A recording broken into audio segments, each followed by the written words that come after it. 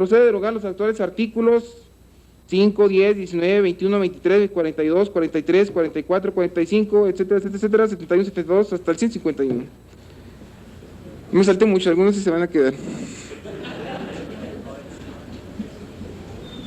Por otra parte, si atisbamos y leemos con cuidado nuestro primer libro del Código de Defensa Social, hay muchísimas disposiciones que ni pertenecen al derecho sustantivo, sino que pertenecen al derecho procesal, y que por lo tanto debemos mandarlos al Código Procesal. Si tenemos dos códigos, dos cuerpos legales, un código procesal y un código sustantivo, las disposiciones procesales creo que tienen que ir en el Código Procesal. Yo creo que no hay nadie que me diga que no puede ser esto.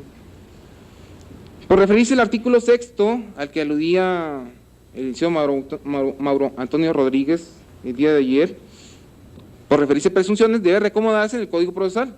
Este punto también lo tocó él, y estoy de acuerdo en que también tiene que remitirse al Código de la Materia, al Código Procesal.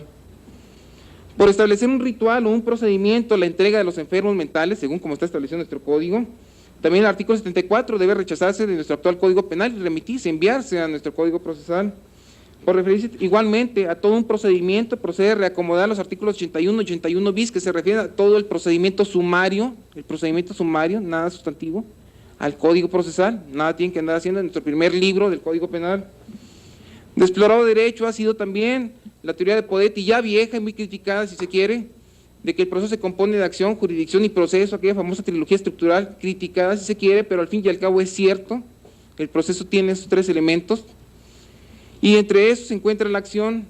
Procede a remitir también al Código Procesal todo lo que se refiere a la acción, lo que se refiere a los presupuestos, lo que se refiere a la querella, en fin, para ser breve, deben salir de nuestro actual Código de Defensa Social y reubicarse en el Código Procesal los artículos 6, 74, 81, 81 bis, 102, 104, 104 bis, 111, 112, 113, 114, 115, 116 hasta el 130.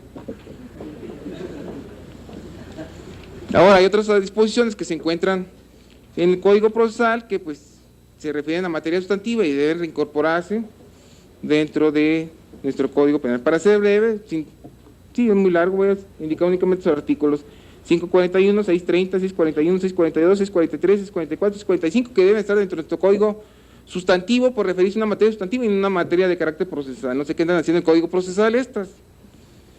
En cuanto a algunas otras modificaciones y adiciones que tienen que hacerse en nuestro código, yo creo que tal vez en este momento ya resulta innecesario hacer alusión al cambio de terminología de nuestro mal llamado Código de Defensa Social. Ya se ha explorado, el código debe llamarse Código Penal, aunque es criticable el vocablo, pero parece ser mejor que el Código de Defensa, que el vocablo Defensa Social. Las llamadas infracciones antijudiciales deben cambiar por el nombre de delitos. Las medidas de defensa social deben cambiar por el nombre de sanciones, o penas, o medidas de seguridad, según el caso. El nombre de peligrosidad social o peligrosidad revelada debe cambiar por el concepto de desadaptación social, que es el que emplea además nuestra Constitución. Si no es un cambio aquí que sugiere simplemente, sino que nuestra Constitución ya habla de la readaptación social del sentenciado y por lo tanto no simplemente de peligrosidad.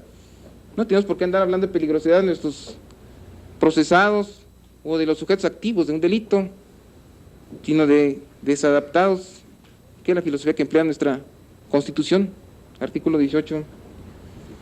Para irme rápido, de acuerdo con el artículo 4 constitucional, nadie puede ser obligado, dice el artículo 4 constitucional, nadie puede ser obligado a prestar trabajos personales sin la justa retribución y sin su pleno consentimiento, salvo el trabajo, dice el artículo 4, impuesto como pena por la autoridad judicial, con lo cual se legaliza por el constituyente que el trabajo puede ser impuesto en calidad de pena. En la actualidad, el Código de Defensa Social que tenemos aquí vigente, en ninguna de sus posiciones manifiesta o alude al trabajo como pena, ni creo, no estoy seguro, si existirá algún código penal en nuestra república que aluda al trabajo como pena. Existen algunas leyes en que mencionan al trabajo como un medio dentro de las prisiones, pero no como una sanción autónoma, independiente de la reclusión. La importancia del trabajo realizado por el penado reviste mayor importancia que la que el vulgo le ha considerado, pues no solo extingue la ociosidad, entretiene y mata el tiempo, sino que aún más prepara al individuo no solo para un oficio o profesión, sino para hacerle frente a la ya complicada sociedad en que debe desarrollarse. Marca el cuadro de valores, no solo ético individualista, sino también sociales, en cambio de un progreso no solo económico, sino también cultural del futuro.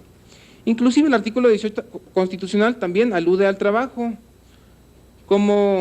al trabajo y a la educación como un medio de readaptación del sentenciado, y que esto sea ligado a las penas privativas de la libertad. Ligado íntimamente al trabajo, pues se encuentra obviamente la educación para el trabajo y la educación en todas sus áreas. Sí, no es solamente la educación, enseñar a leer y escribir, como hasta el momento se piensa, ponerle un profesor para que les enseñe las primeras letras. La educación no se circunscribe a esa área cognoscitiva tan pobre, a su área cognoscitiva, a su área afectiva y su área psicomotriz debe explayarse la educación del penado. La proposición, y me he atrevido aquí, aunque no soy legislador, proponer algunos artículos, voy a leer uno porque son muchos. Artículo X, el número que le toque. Cuando la pena de reclusión impuesta no excedería de 5 años de reclusión o simplemente sea pecuniaria, podrá conmutarse por la de trabajo siempre y cuando se reúnan los siguientes requisitos. 1, que sea delincuente primario, que tenga modo honesto de vivir. 2, que a lo largo del proceso adopte un trabajo que le permita su readaptación social. 3, que posea arraigo en el distrito, y aquí en Chihuahua, como hay una figura muy especial en el traslado de los procesos, pues que además, es decir, o que tenga arraigo en el distrito donde cometió el hecho delictuoso, independientemente de que sea juzgado en diferente lugar, porque aquí hay cierta prórroga de la competencia. Y además, el más importante, que a juicio de peritos, su grado de desadaptación social, si lo podemos medir, que creo que es más fácil medir el grado de desadaptación que el grado de peligrosidad, que a juicio de peritos su grado de desadaptación social permita su libertad. Esto es, no es necesario que un sujeto se encuentre privado de la libertad. El legislador hoy en día, cuando inventa un código, inventa un delito, y lo primero que hace es, en forma inconsciente, pensar en la cárcel. Todos los delitos que están establecidos en nuestro código aluden a la reclusión, pero realmente pensemos, ¿la reclusión es el verdadero medio para readaptar a nuestro individuo al seno social? ¿Es realmente la reclusión? Yo creo que la reclusión en sí misma no es ningún medio ni sirve para nada, no es readaptadora. La Constitución alude como un simple procedimiento dentro del cual ingresa el trabajo y ingresa la educación, pero la pena de prisión no es un fin en sí misma. En todo caso, pues sería un paso para lograr la readaptación del individuo al seno social. Y en fin, aludo al trabajo en otras cosas, en la condena condicional, en que para conceder la condena condicional debe exigir el juez que nuestro sujeto al cual se le va a otorgar la condena condicional justifique tener un trabajo que sea readaptador y no vuelva al mismo trabajo donde delinquió. Además, para que se otorgue la libertad preparatoria, para no tener que leer este artículo tan largo, pues también debe justificar al que se le va a otorgar la libertad preparatoria que posee o que se le ofrece un trabajo que en cierta manera habrá de readaptar o consolidar la readaptación, suponiendo, así muy eufemísticamente, que ya está readaptado en nuestra prisión. Lo demás me lo brinco. En cuanto a algunas cosas que están establecidas en nuestro código, no realmente bien clarificadas, quisiera referirme. Diversos bienes en la actualidad quedan en los juzgados abandonados. Sí, las cosas que se roban, que se quedan guardadas por ahí, las fianzas que no se reclaman, ¿verdad? Es decir, no las que quedan a favor del Estado porque huye el sujeto, sino las que no se reclaman porque el fiador no se presenta. Diversos bienes que quedan abandonados en los juzgados por sus derechohabientes. Tratándose de la renuncia a la reparación del daño, esta actualmente se entrega al Estado.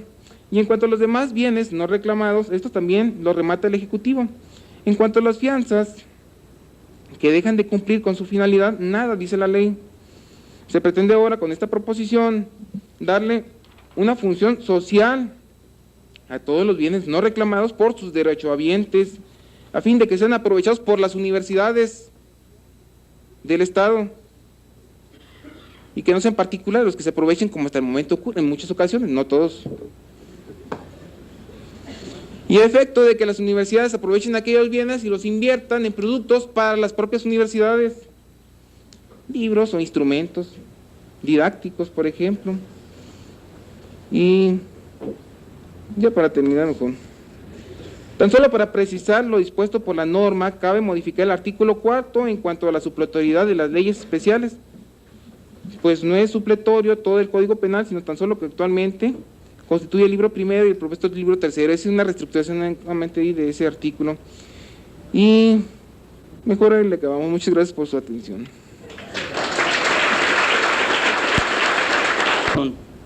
De ciertas penas contenidas en nuestro actual Código de Defensa Social del Estado de Chihuahua, estas refiriéndonos las que se refieren a la disolución de las personas morales, al confinamiento, al apercibimiento y la caución de no ofender, a la publicación especial de sentencias y a la vigilancia especial de la policía.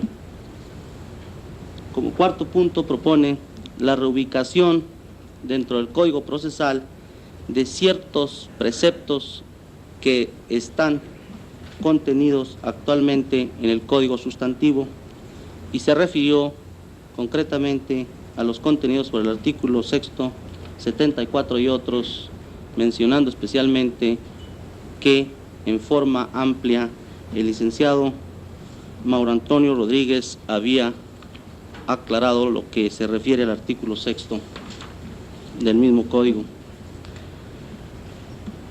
En reubicación también incluye él el juicio sumario, que también debe pasar al adjetivo, y otros títulos más.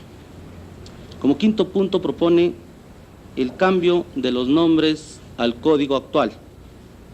Creo que también en esto hizo referencia, que ya se había señalado, que se propone el cambio de Código de Defensa Social por el Código de Penal y lógicamente otros términos que se señalaban como medios de rehabilitación social por el de otros que fueran más acordes al de Código Penal. Como sexto punto propone el trabajo como una sanción o pena, apoyándose en los artículos constitucionales que lo prevén, y señala que se debe acoger como sustituto autónomo de la prisión al trabajo, pero no como el trabajo mismo, si mal no recuerdo así lo señaló, y que o sea el trabajo, debe ser conmutable con el de prisión. Agrega, para ampliar un poquito esto nada más, que el trabajo que se señale debe ir debidamente reglamentado en sus formas de implementación y adicionado con sistemas educacionales, pero educacionales afectando interpretativamente las áreas cognitivas, afectivas y psicomotrices.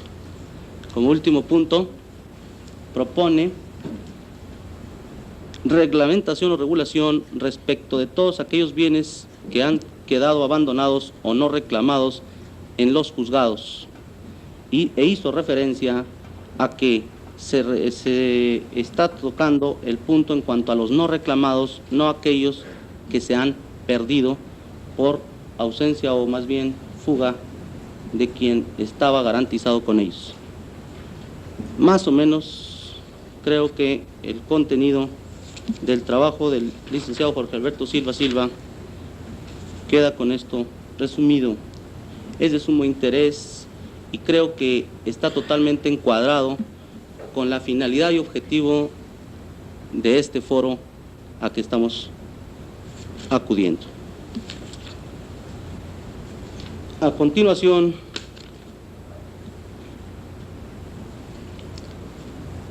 el licenciado Antonio Sánchez Galindo, jefe del Departamento de Servicios Coordinados de Prevención y Readaptación Social del Estado de Jalisco, a quien tenemos el honor de compartir en esta ocasión su presencia. Nos expondrá su magistral tema relacionado con la política criminológica y el derecho de ejecución penal. Con ustedes, el licenciado Antonio Sánchez Galindo.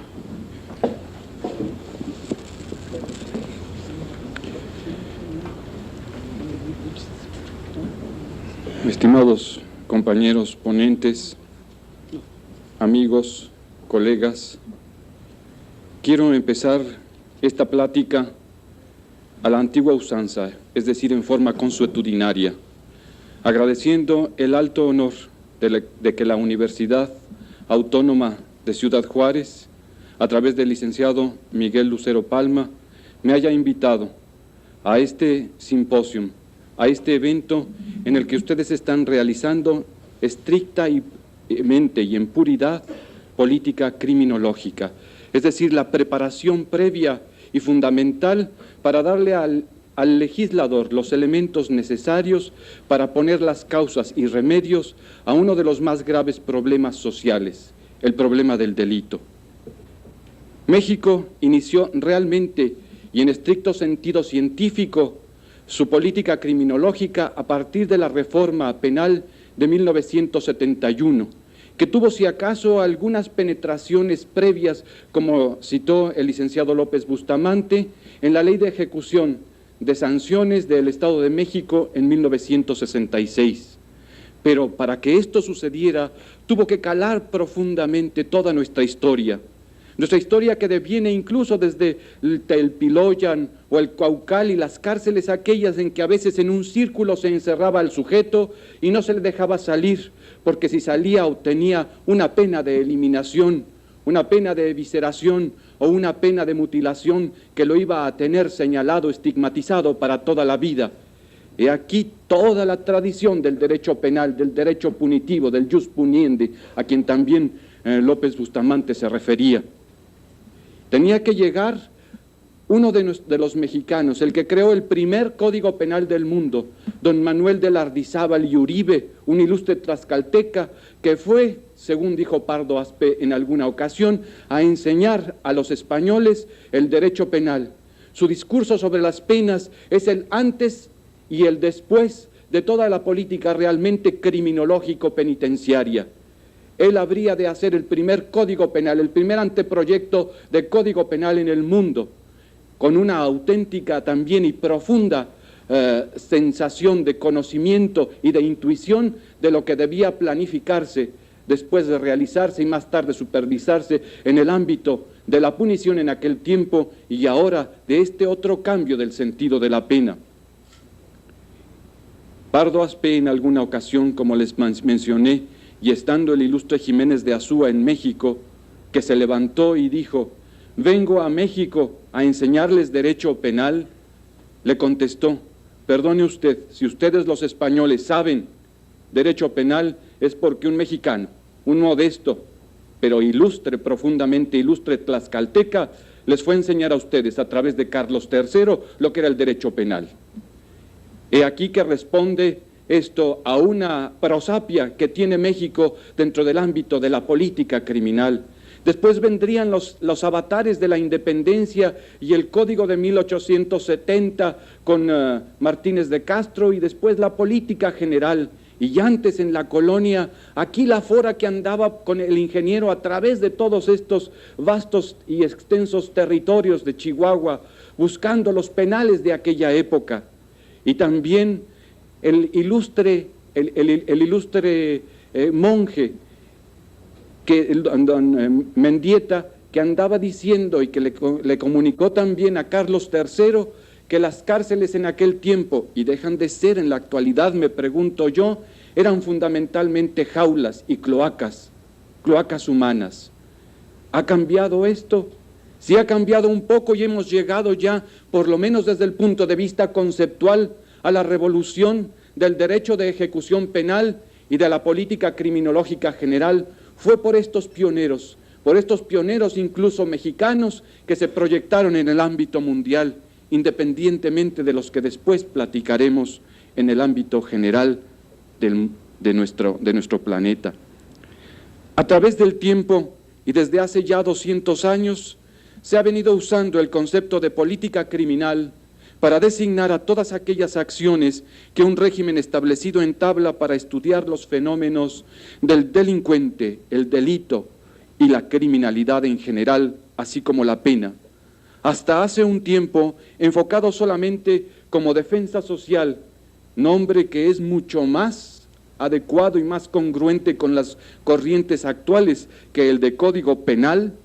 Nosotros consideramos que es importante establecer una crítica constructiva, desde luego, porque de otra suerte se continuarían cometiendo los errores incluso de nomenclatura que tradicionalmente se asientan. Por una parte, consideramos a la política en su sentido profundo y general y elevado, como el arte y la ciencia de gobernar a los pueblos, como la habilidad para regir a un Estado dentro de un tiempo y un espacio determinados, y siempre bajo un régimen jurídico que en su base necesariamente sustenta la necesidad de creación de un derecho penal, aun cuando éste se alimente de las exigencias que en un momento determinado presenten quienes detentan el poder. Y así es como se habla a través de ilustres tratadistas como Donadieu de Barbes, cuando dice, el delito es de abajo hacia arriba, del que está abajo, el que es el pueblo, hacia el que está en el lugar que se ostenta el poder.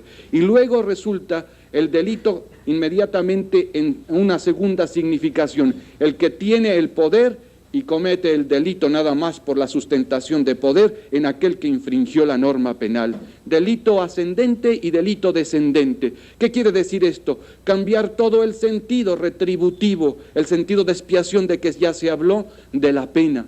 No es posible incluso que la pena signifique todavía básica y fundamentalmente sufrimiento, dolor, estigmatización, sanción en su más extenso y estricto también sentido.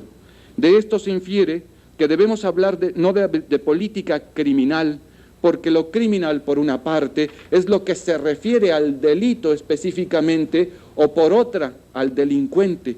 Una cosa es criminal o es criminal el que comete la infracción. Ya Jiménez de Azúa, en su Tratado de Derecho Penal, manifestaba que la política criminológica, que él desde luego ha llamado criminal, tuvo sus principios en Italia, pero que en donde realmente se llevó a la práctica fue en Alemania.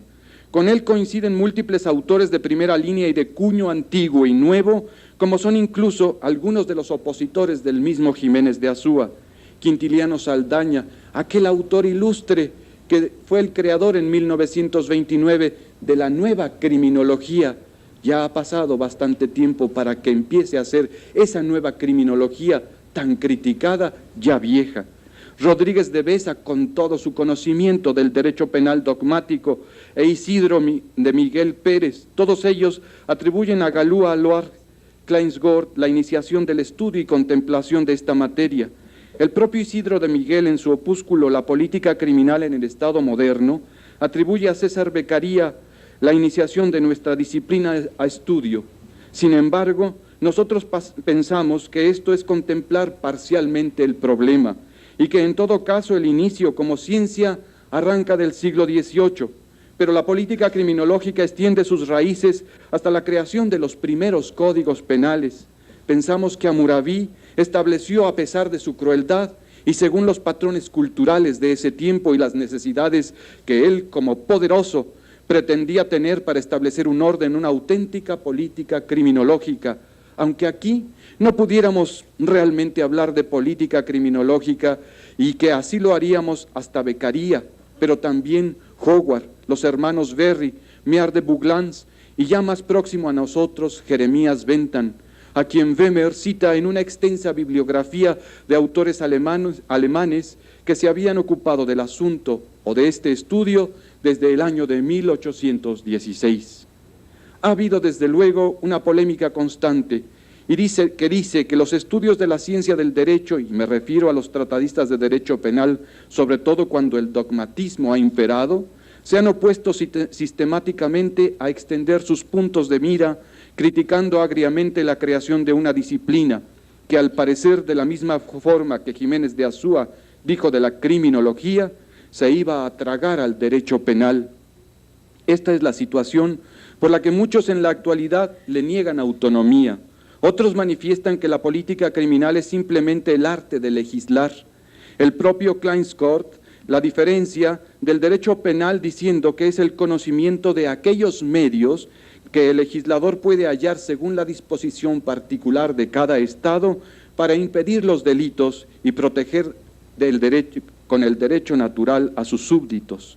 Sin embargo, continúa diciendo el mismo autor que es la sapiencia del Estado legiferante, y por los mismos rumbos transita Henke cuando nos habla de que hay arte legislativo y derecho penal, lo que conforma a la política criminológica. Por otra parte, nos encontramos con los autores que ya contemplan con más profundidad el fenómeno y que están imbuidos por el positivismo y el evolucionismo del siglo XIX. Dentro de este capítulo vemos a los creadores de la Unión Internacional de Derecho Penal, de los que ya algunos fueron mencionados, como son von List, Prans y Hamel, que dirigen su concepción hacia las necesidades que establecía la pujante biología del propio siglo XIX, que había de culminar con hombres tan valiosos como el de Feberk en Bélgica, que establecía los hallazgos que en ella, los de la política criminal, existían. Es el tiempo del Lombroso, de Lacassange, de Pablo Topinar, de Ferri, de Garófalo, que también ya fue citado, y de otros tantos que crearon a la criminología, que haría cambiar la ruta del derecho penal, aunque no definitivamente porque el pasado se nos aferra constantemente, nacer al derecho de ejecución penal y afirmar la concepción científica de la política criminal. Von List establece la necesidad de crear una filosofía y tomar de la biología lo posible, lo que nutre la política criminológica y la hace más fuerte. Nótese cómo todos estos autores, en todos ellos, no se contempla con la claridad que fuera de desearse, que solo observan cierta parte importante que penetró o rebotó directamente en el derecho penal a nuestra ciencia y que influyó dentro de la política general de los estados del siglo XIX, pero que dejan a un lado la sociología criminológica, el expansionismo político, el momento histórico de América Latina y el mundo y el control de las enfermedades, las estadísticas, la criminalística y todas las demás ciencias que habrían de influir y coadyuvar en la evolución penológica a través de un medio para establecer regímenes de derecho novedosos, que son, en dos palabras, la legislación dinámica, que es lo que están ustedes tratando de hacer. Y de este seminario seguramente nacerá también el antes y el después de la política criminológica de esta entidad que, a no dudarlo, y por el empuje, la motivación y los alcances que están logrando, será ejemplar para todo el país. Así lo deseo. El mismo Isidro de Miguel Pérez manifiesta que desde la tercera década del presente siglo se empezó a enseñar en diversas universidades la política criminológica, tal como sucedió en La Habana, de donde hay un antecedente de su código, por supuesto, con los profesores Guillermo Portela y Francisco Carone, programas que se dirigieron en aquella época y aún se sigue confundiendo con frecuencia con la política criminológica con el examen científico de las causas del crimen, y qué importante es penetrar hacia las causas y los motivos, lo que se llama la criminogénesis, adecuada a la pena y al estudio del delincuente. Era así como incluso ya lo habían ejecutado en forma más adecuada y profunda los positivistas, ya que realizaban una clasificación de delincuentes en 3 grandes grupos. Recuerden lo hermoso del momento de Eureka, el momento de Arquímedes, de aquel ser notable, tan inteligente y brillante y tan genial como el mismo Freud, que fue César Lombroso, cuando buscando en el cráneo de Vilela encontró que había una foseta occipital, es decir, una regresión al pasado, y dijo: este que ha sido salteador, que ha sido violento, que ha sido violador, es un hombre que está viviendo a destiempo, es una incorporación atávica, es el pasado que se nos incorpora al presente. Y dice: todo delincuente violento en mayor o menor grado es un delincuente atávico, es un ser, es un humano que vive fuera de su tiempo y que no ha abrevado, que no ha esencializado dentro de su conciencia los principios de la civilización y de la piedad. Y yo me lo imagino también, igual que Arquímedes gritando Eureka, lo he encontrado, aunque esto sea posteriormente superado. Y después, al darse cuenta con Misdea, otra segunda clasificación ya de delincuencia, y aquí que qué importante es la clasificación dentro de toda política de ejecución penal, cuando mecánicamente ametrallea a todos sus compañeros en su pequeño cuartel, en donde estaban descansando una tarde calurosa, como las tardes calurosas de Ciudad Juárez, que se yacían en el suelo descansando y durmiendo. Toma la metralleta Misdea, y por eso el delincuente epiléptico, que también dice Lombroso en mayor o menor grado, el delincuente violento es en mayor o menor grado epiléptico. ¿Por qué? Porque pierde la psicomoción. Y entonces encuentra por una parte que está el delito violento atávico, pero por otra el delito por un problema de organicidad cerebral. El delincuente violento por organicidad. Y esto todavía tiene valor, a pesar de todas las críticas de Lombroso en relación incluso con el delincuente nato, que ni siquiera él fue el creador del término, sino Gaspar Virgilio. Tiene él que entender y penetrar en todo este mundo de la criminología.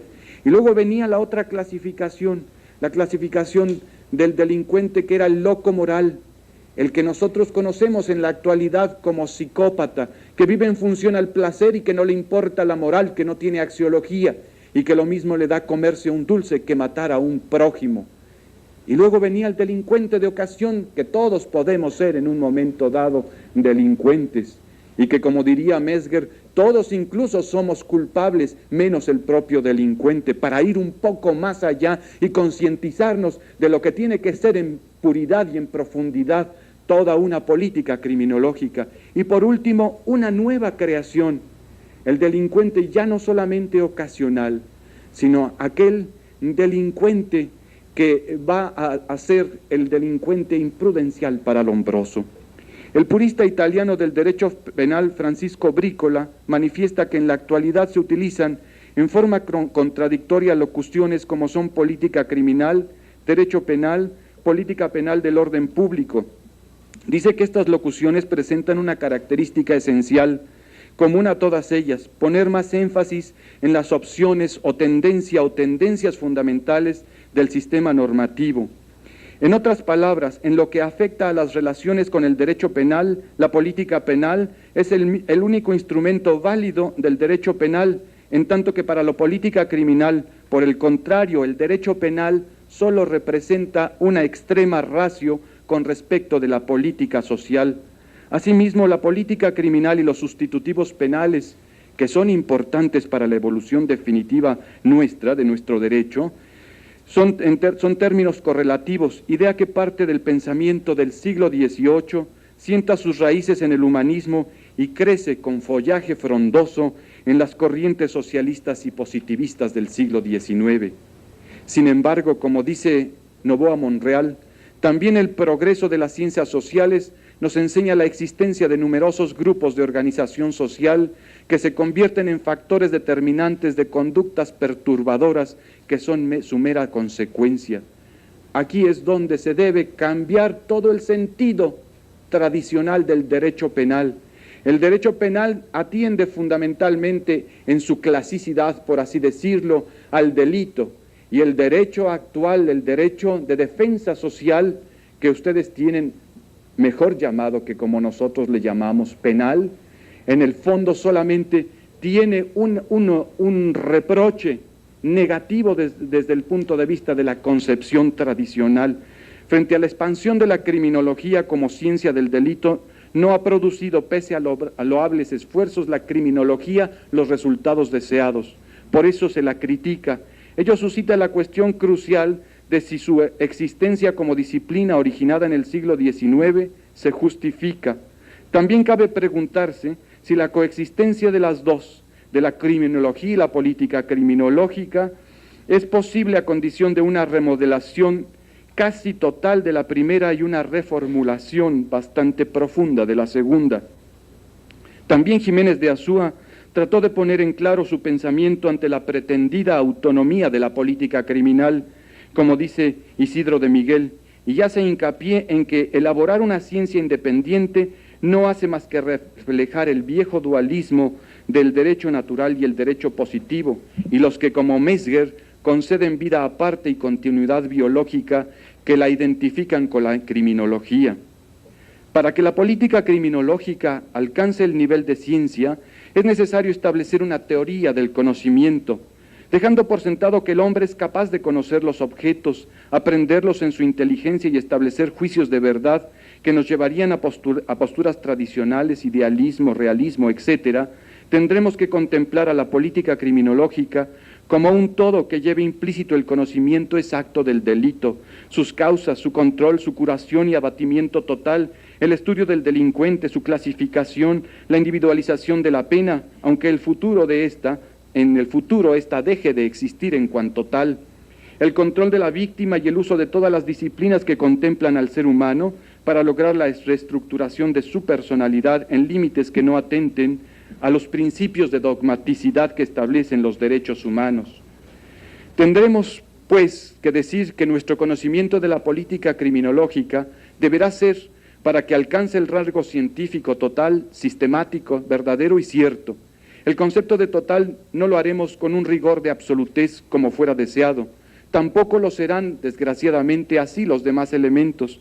No obstante, contemplaremos el ya prolijo árbol de las ciencias penales para que por lo menos obtengamos un panorama de universalidad satisfactoria que por ende influya idóneamente en el ámbito del universo criminológico o más específicamente de la política criminológica.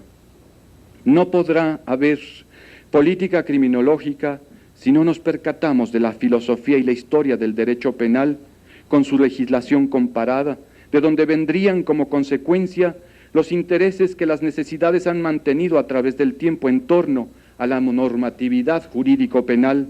Tampoco tendría significación la política criminológica si no contempláramos a las ciencias causales explicativas que componen a la criminología, la antropología y la biología criminológicas, la psicología, incluyendo el psicoanálisis, la sociología criminológica y la penología.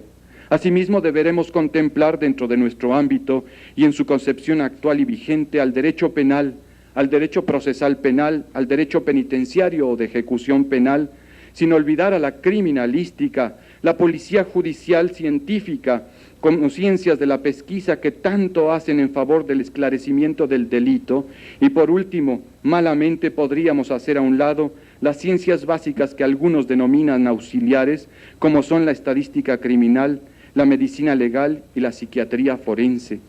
Basta de todo este universo, dentro de todo este universo decir, para que se advierta la trascendencia del problema, que la sistematicidad implicaría solamente en relación con la naturaleza del delito, que es preciso examinar los elementos de que está constituido para entender la profundidad del concepto y que ustedes conocen, que son la tipicidad, el acto, la antijuricidad, la imputabilidad, la culpabilidad, las condiciones objetivas de punibilidad y la pena o sanción. La condición de verdadero la tomaríamos del propio delito como objeto en cuanto tal, pero también de la realidad del delincuente.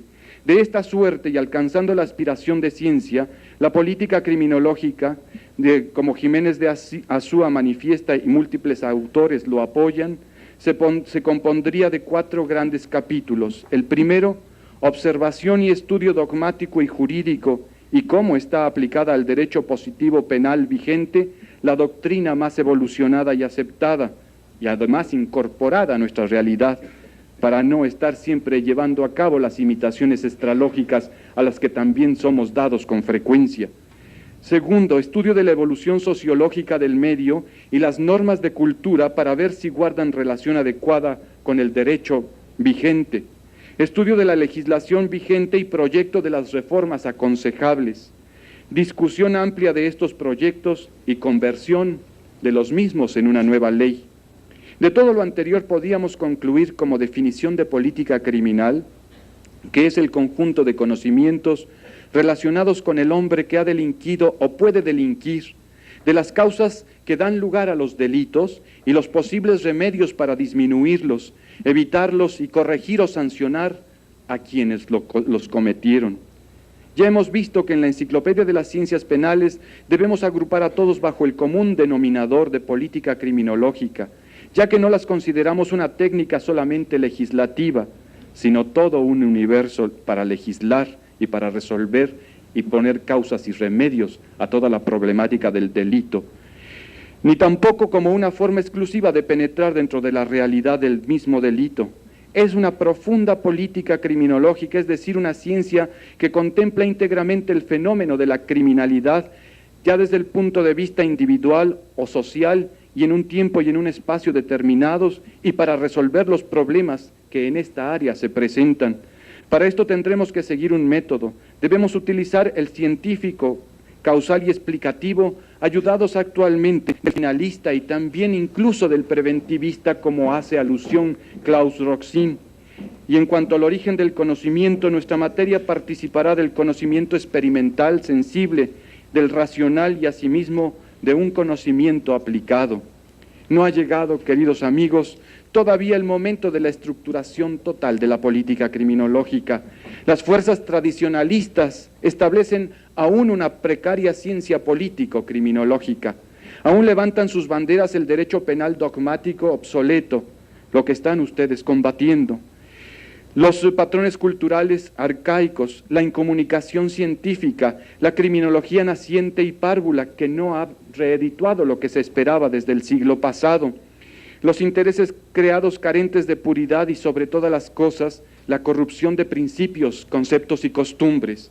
Jiménez de Azúa decía que la criminología, ya lo mencionamos antes, se comería al derecho penal, sin embargo, hasta la fecha, y ya va más de un siglo, no hay visos de que el derecho penal se ha devorado. Más bien la criminología ha perdido en los últimos años mucho prestigio y ha recibido duros golpes. Por esto la política criminológica en cuanto tal tampoco lleva o alcanza la penetración deseada y por ende mucho menos atacará o devorará al derecho penal. Por ahora no se podrá llevar a cabo el desplazamiento de las materias de unas por otras, si acaso una correlación más adecuada. No obstante, la lucha se ha establecido y yo pienso que los días del derecho penal concebido a la antigua usanza están contados, aunque todavía sean muchos. Por lo pronto y con profundo respeto a cada una de las disciplinas de lo que ahora se llama Enciclopedia de las Ciencias Penales y que a la larga será la estructura fundamental de la política criminológica, debemos respetarla en su posición, pero como dice el tratadista a quien venimos siguiendo y paralelamente a Constancio Bernaldo de Quirós, esta deberá ser cinemática o dinámica. Tenemos que empezar a convencer a través de la enseñanza y después del ejercicio de lo aprendido de que es preciso llevar a cabo una verdadera revolución en este ámbito. De nada sirven parches, es crear de nuevo los puntos fundamentales sobre los que vamos a llevar a cabo la nueva estructuración de nuestra sociedad. No sirven tampoco para la sociedad ni al delincuente, tal como lo mencionan Eduardo Novoa Monreal, Lolita Anillar de Castro, Helio Gómez Grillo, Rosa del Olmo y Jesús Leopoldo Sánchez, los códigos penales obsoletos, los códigos del pasado. Para lograr lo anterior, es decir, la reestructuración de esos códigos, se requiere un curso de política criminal en las universidades, mejorado de la forma en que lo llevaron a cabo Portela, Saldaña, Carone y el propio de Miguel. Necesitamos también que se contemplen los puntos de vista no solamente tradicionales, sino el preventivo, el intimidativo, correctivo, el finalista, la criminología analizando las causas de la criminalidad y la clasificación de los delincuentes para que no sea esto una elaboración precaria. En este curso de política criminal se enfocarán los datos que la criminología y los fines del derecho penal se conjugan en una labor que deberá ser integral. La enseñanza futura de esta materia deberá ser diferente. Contendrá un programa perfectamente estructurado en diversos niveles. El primero deberá estudiar íntegramente a la criminología, con su antropología y biología criminales, con su psicología y genética criminológicas, con sociología criminológica también, penología, victimología y tratamiento delincuencial. El segundo nivel estará constituido por el derecho penal, el derecho procesal penal y el derecho de ejecución penal. El tercer nivel lo comprenderían las ciencias de la pesquisa, la criminalística, la policía judicial científica, así como las ciencias básicas, estadística criminal, medicina legal y psiquiatría forense. Y el cuarto y último nivel lo integraría la filosofía del derecho penal, la historia del derecho penal y la legislación comparada. Estos cursos se darían a su vez en diferentes profesiones y por ende también niveles. El primero sería para el personal auxiliar y técnico, como pueden ser educadores, terapistas, psicólogos, psiquiatras de prisión, administradores de establecimientos penales, trabajadoras sociales, que tienen que contemplar desde algún punto de vista al delincuente o a las personas parasociales, asociales o antisociales. El otro nivel será de posgrado para licenciados en Derecho, personas que tienen que ocuparse de la administración de la justicia y que deben decidir en última instancia sobre la más profunda realidad política criminológica, agentes del Ministerio Público, jueces penales, magistrados, defensores, directores de prisión y penitenciaristas en general. El tercer nivel sería de motivación dinámica y práctica a través de la realidad, pero sin descuidar la teoría profunda y la técnica que actualmente existen. De esta suerte se podrían correlacionar, que es la máxima aspiración de la política criminológica, policías, agentes del Ministerio Público, jueces, magistrados, funcionarios de prisión, trabajadores sociales, psiquiatras, psicólogos de instituciones penales, administradores y demás técnicos que en algún momento contemplan y atienden al delincuente y al mundo del delito. Yo en mi práctica diaria he visto cómo con frecuencia hablamos distintos lenguajes, quienes ya hemos dado los primeros pasos dentro de la penología actual, dentro de lo que es la rehabilitación, la readaptación, la resocialización, la reestructuración de la personalidad dañada del delincuente. Tenemos un fin, hacerlo mejor, no castigarlo. Y sin embargo resulta que el psiquiatra habla su propio lenguaje y piensa que los delincuentes son locos y no lo son, que el psicólogo los considera obreros con escaso cociente intelectual y son obreros en muchas ocasiones porque la cárcel está llena de obreros y de campesinos y de pobres. Muy raras veces llegan los intelectuales y los ricos culturales o sociales, y no son así, sino son de otra categoría. Así el nivel de nosotros tendrá que ser de comunicación plena, pero a través de la especialización y de hablar específicamente el mismo lenguaje. La política criminológica y el derecho de ejecución. En esto podemos decir que la política criminológica y el derecho de ejecución construyen sus raíces desde la segunda mitad del siglo XVIII y que propiamente nace con los hermanos Berry, con César Beccaria, con Miard de Bouglans, independientemente de los estudios y enfoque del problema penitenciario, concebido y estudiado por quien ya se citó brillantemente por el licenciado López Bustamante, John Howard, quien introdujo en estricto sentido el humanitarismo dentro de la ejecución penal, aun cuando en su tiempo las cárceles fuesen más preventivas que ejecutivas. La arquitectura en relación con la política criminológica parte de Vilén XIV en la célebre prisión de Bélgica, y después con Jeremías Bentham, que no solo derramó los conceptos válidos como la remisión de pena. Él se oponía al indulto por gracia porque decía, es una donación, es un regalo del que está en el poder, y la libertad la debe conquistar el que está en la prisión. La perdió por anomalías, por fallas, por todos los problemas que ustedes quieran, pero es necesario que si ya la perdió, él mismo haga el esfuerzo por recuperarla. Y creó así la remisión de la pena, la idea de la remisión, este genial tratadista del siglo pasado, de principios del siglo pasado. Sí, además fue el creador él mismo del sistema panóptico, pues después vendría el sistema en espina de pescado peine del arquitecto Poussin, que ya habla de otra mentalidad.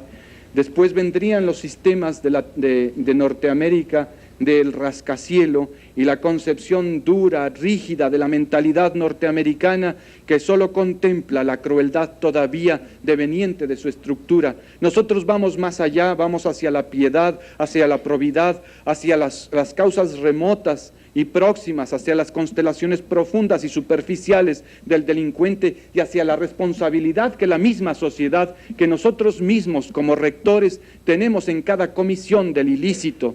Cuando un hijo de nuestro llega a cometer un error es porque no fuimos lo suficientemente hábiles para detectar ese error. Cuando un ciudadano comete un delito es porque la estructura social del Estado no fue lo suficientemente hábil para detectar ese delito y prevenirlo. Y entonces todos estamos involucrados dentro de esto. Es muy fácil pues sancionar, más difícil es decir qué vamos a hacer contigo, cómo te vamos a estructurar, cuáles son tus causas profundas y próximas por las que estás observando una conducta inadecuada. Es fácil eliminar, es fácil mutilar, es fácil relegar, es fácil enviar a una colonia penal. Lo difícil es darse cuenta de que nosotros también somos responsables de ese ilícito. Por lo que se refiere a la conceptualización de los sistemas, debemos destacar tres: los filadélficos, que tuvieron éxito en su tiempo y que incluso deslumbraron a personas como Alex de Tocqueville, que los importó a Europa; los sistemas progresivo-técnicos clásicos, entre los que sobresalen los de Montesinos en España, Crofton en Irlanda y McConaughey en Australia. En los albores de este siglo, los de Keller-Hals, con toda su familia de ilustres penitenciaristas, que creó la institución abierta, las instituciones abiertas que Jiménez de Azúa decían sustituirían a las instituciones cerradas, en Witzwil, en Suiza.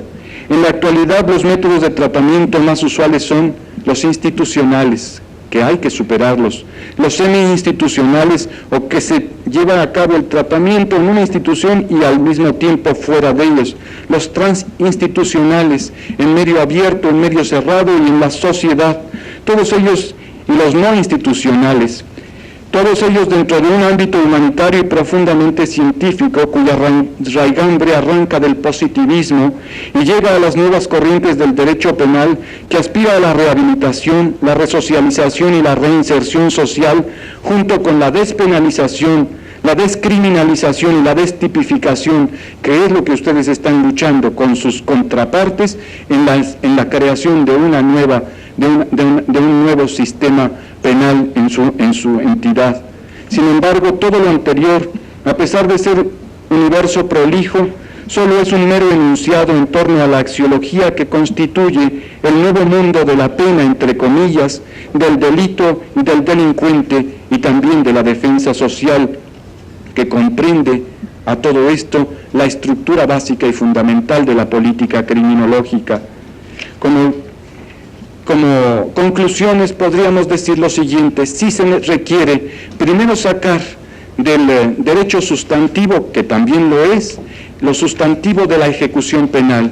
Es necesario promulgar la ley de ejecución de penas privativas y restrictivas, o nada más de ejecución de sanciones, de Chihuahua. Primero, pero este es solamente el inicio del principio de legalidad. El principio de legalidad es un universo, tiene que atenderse también a la posinstitución, a lo que se llama los patronatos para liberados, o sea, los organismos posinstitucionales, porque mucho podremos hacer en el interior de una institución, y esto todavía no lo hacemos, y todo se nos neutralizará si no seguimos los primeros pasos, como dijo en alguna ocasión, con la brillantez que les caracteriza a Sergio García Ramírez, de este niño social. La madre es como un nuevo útero, la madre de instituciones como un útero gigantesco en el que se está fraguando de nueva cuenta a aquel que infraccionó el derecho penal, que le vamos a quitar todas sus problemáticas físicas, psíquicas, biológicas, culturales, le vamos a restituir, y ya restituido abre sus puertas y empieza a caminar de nuevo en sociedad, y necesita una andadera, y esta andadera, para que no tropiece y caiga y se raspe, y esta raspada significa reincidencia, tiene que ser el patronato para liberados. Se necesita pues la ley orgánica o el reglamento del patronato para liberados y la creación de este reglamento. Luego, mucho hacemos ahora en torno a la política criminológica de tratamiento al que ha infringido el derecho penal. Y hablo de derecho penal porque pues en este momento no puedo encontrar sustitutivos fáciles, pero muy poco hacemos en relación con la víctima. ¿Dónde está la viuda? ¿Dónde está la madre que se quedó sin sostén? Los niños que se quedaron sin padre. Más allá de la simple reparación del daño establecida en el Código, hay que crear una ley de auxilio a la víctima del delito, como ya la tienen en Estados Unidos, en Canadá, como ya está en el estado de Jalisco, en este momento a discusión con los legisladores. Y también se necesitan los reglamentos internos de las instituciones, en donde se establezca realmente todo este principio de legalidad que es necesario y valioso, que se prevean las relaciones con el exterior, que se establezca cómo se va a llevar a cabo el trabajo, que es una relación formativa, no obrero-patronal, que se dirima cómo va a ser la educación, que tiene que ser especializada, porque es para adultos y adultos con problemas, y toda esta serie de sutilezas que los que vivimos en el ámbito penal siempre son mayores que nuestras propias fuerzas y elementos. Entonces necesitamos pues la ley de ejecución, necesitamos el reglamento del patronato para liberados, la ley de auxilio a la víctima del delito y los reglamentos internos de las instituciones, para que entonces tengamos todo un universo. Y al mismo tiempo, otra cosa que en este instante se me ocurre, una ley en la que se manejen adecuadamente los talleres de las prisiones, que tengan capacidad para dar trabajo a todos aquellos que están en la prisión. Una ley, nosotros tenemos lo que se llama industrias jaliscienses de readaptación social, para que se pueda facturar, planificar y llevar a sus últimas consecuencias una industria que realmente dé el trabajo que se requiere en el interior de las instituciones. Todo este ámbito de legalidad y además la creación para los especialistas, porque no cualquier abogado ni tiene vocación, ni tiene deseo y a veces nada más llega por azares de la vida a ser juez, a ser ministerio público, a ser penitenciarista. La especialización dentro de su Academia de Ciencias Penales en correlación con la universidad, con esta ilustre universidad que no por nueva deja de ser noble y deja de ser leal, y que precisamente en este 7º año cabalístico arranca y empieza a producir frutos fehacientes y eficientes. Yo me permito felicitarlos por esta magnífica y enjundiosa labor que arranca ahora, por este parteaguas. Atrás se quedó el derecho penal de Chihuahua que estaba relegado. Ahora empieza por ustedes el nuevo derecho con toda la contemplación de la política criminológica de la actualidad. Como tratadistas, pues, y ustedes lo son, es necesario establecer marchas forzadas, cambiar de patrón cultural, no esperar exclusivamente a llenar el requisito del expediente, ese recetario jurídico cuyo elemento fundamental es la carne del delincuente, la carne de prisión. Es preciso unir nuestras fuerzas, actualizarlas, ponernos en constante correlación, suplir las lagunas, las deficiencias, los intereses nuestros creados, nuestros egoísmos que a veces no nos dejan ver más allá de nuestra nariz, y estructurar una nueva ciencia sancionadora, entre comillas, que incluso deje de tener en su esencia el significado de la pena. En sus manos está seguir adelante. Muchas gracias.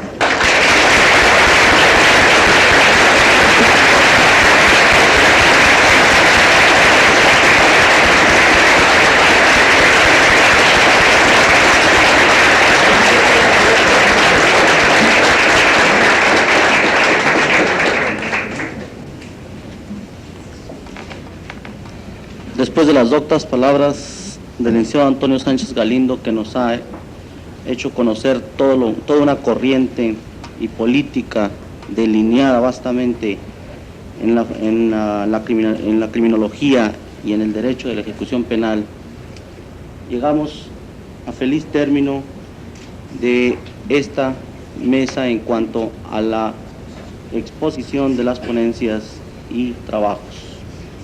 Vamos a pasar a un receso de 10 minutos para luego continuar con el diálogo al igual que lo habíamos venido haciendo en las otras. Se abre por 20 minutos el periodo de preguntas para que sean aclaradas por los ponentes.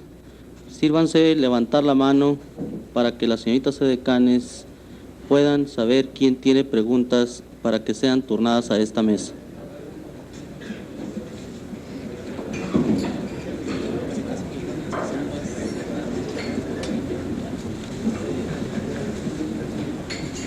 Que a esta mesa se recibieron 2 comunicaciones turnadas, una por el licenciado José Eustacio Gutiérrez y otra Por el licenciado Jesús Delgadillo Ramírez. Brevemente, en sus proposiciones, el licenciado Eustacio Gutiérrez la denomina vigilancia de la policía, análisis crítico. Propone el licenciado José Eustacio Gutiérrez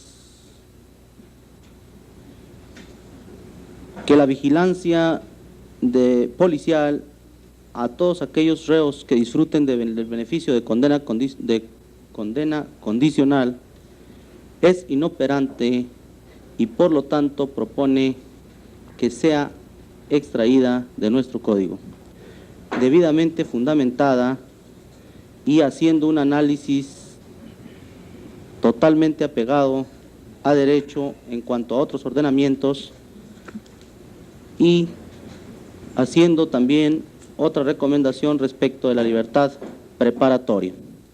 En concreto,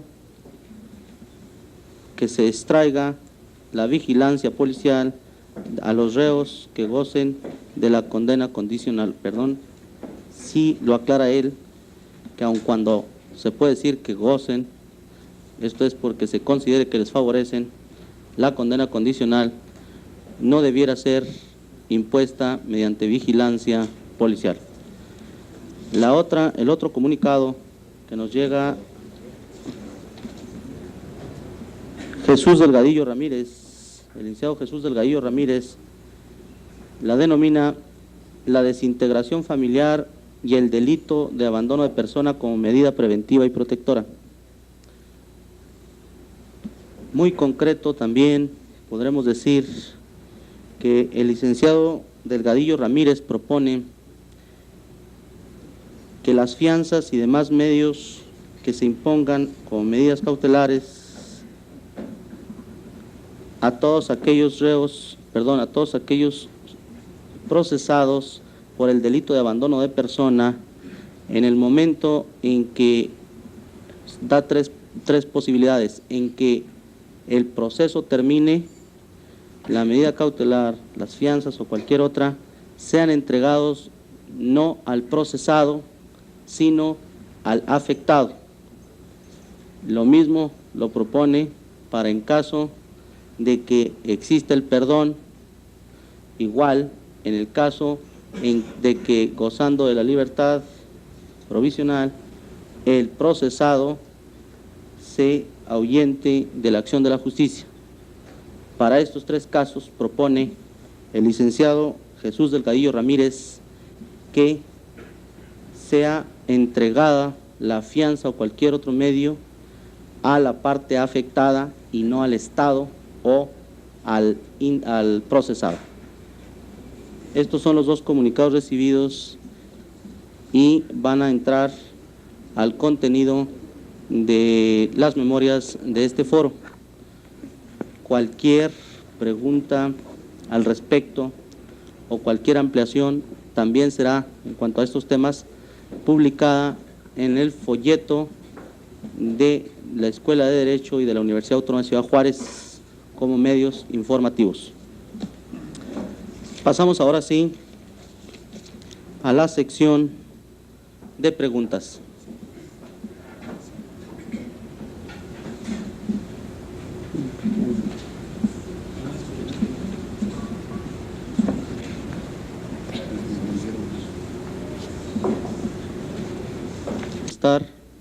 En relación con el tema, el licenciado Ángel Olivas Rico. Se nos pregunta lo siguiente. Se señala que considerando como elementos externos que inducen a la realización de actos delictivos es la situación precaria económica, sobre todo en los delitos clasificados en contra de las personas y su patrimonio. La pregunta es esta: ¿si no considera usted que agravar más su situación económica pudiera inducir más a cometer delitos que resolver situaciones de delincuencia? ¿Se no considera que en lugar de agravar su situación económica, se le otorgue por el Estado medios de readaptación que sea efectivo, tales como preparar al delincuente en algún oficio que sea bien remunerado, y en esta forma evitar la delincuencia, así como la reincidencia.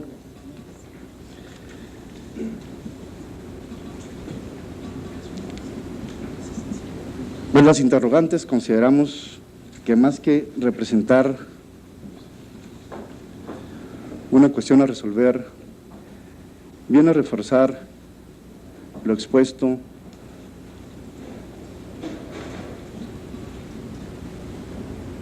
al establecer la eliminación de la multa como medida de sanción penal.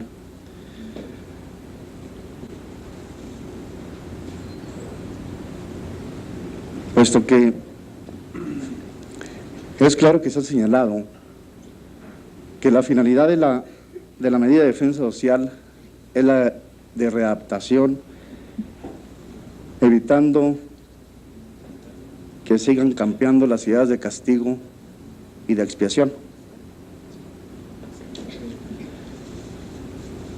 Sí consideramos concretamente que sancionar con multa a los infractores de escasos recursos económicos es agravar más su situación y desde luego que es al Estado a quien corresponde establecer los medios de readaptación, fijando los medios adecuados, tal y como lo ha hecho ver el maestro Sánchez Galindo y nos lo señalaba también el licenciado López Bustamante.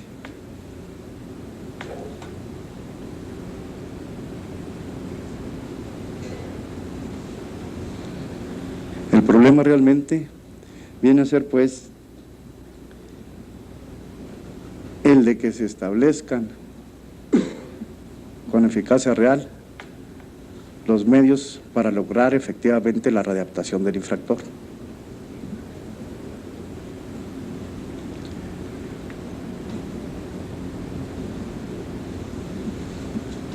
Pues creo que es todo lo que podemos decir en relación a esta cuestión. Claro. Enseguida, el licenciado Antonio López Bustamante va a dar respuesta a una pregunta que en relación con... Dice esta pregunta que me dirigen en unión del señor Procurador Luis Rivera Soto. Si atendemos al deseo plausible de humanizar el derecho, ¿no creen que deberíamos empezar por tratar de cambiar el trato humillante de la que son objeto los detenidos en nuestras modernas penitenciarías, en la que para su declaración preparatoria o cualquier otro acto jurídico procesal tienen que pasar por humillantes pasillos que parecen calabozos de torturas y pasan frente a barrotes que ni la más felina fiera tiene para su guarda, y así encontramos el cuarto para abogados y familiares y otros lugares de la misma penitenciaría? ¿Qué opinan ustedes? Bueno, yo quiero hacer notar al autor de esta pregunta que la arquitectura penitenciaria que en México se está aplicando, que se inició hace algunos años con las creaciones de los primeros centros de readaptación o reclusorios en México, olvida totalmente el concepto del barrote, de aquella división humillante que existe entre el recluso y el libre. Si ustedes notan, el Centro de Readaptación Social de Ciudad Juárez no tiene ese concepto de barrote. Claro que se utiliza el sistema de fierro para divisiones en las puertas, por ejemplo, o en los lugares en donde pueden platicar los internos con los abogados o los familiares. Pero recuerden ustedes, a quienes conozcan el Centro de Readaptación, que el lugar en donde se recibe la visita conyugal no tiene ni un solo barrote. Es una especie de hotel que tiene puertas de madera y no tiene un solo barrote. Las celosías que forman el pasillo que divide el cuarto, el aposento en donde se celebra la visita conyugal y el patio exterior, no tiene barrotes tampoco. Entonces, esta arquitectura penitenciaria moderna mexicana elimina el sistema tradicional y humillante del barrote o del fierro o del sistema tradicional del encarcelamiento. Los pasillos a que se refiere el cuestionante, pues tienen que existir, puesto que debe haber la forma de trasladarse de lo que es el centro de reclusión a las ventanillas en donde va a declarar el interno. Pero esos pasillos probablemente se le hagan un poco oscuros o inhóspitos a quien formula la pregunta, porque cuando los conoció no se encontraban pintados, ahora ya se encuentran pintados. Esto da o cambia un poquito el aspecto de una obra negra que se llama en arquitectura y de lo que es una obra terminada. Creo que con esto queda contestada la pregunta. Está bien. El licenciado Jorge Alberto Silva va a dar respuesta también a una pregunta que le plantearon.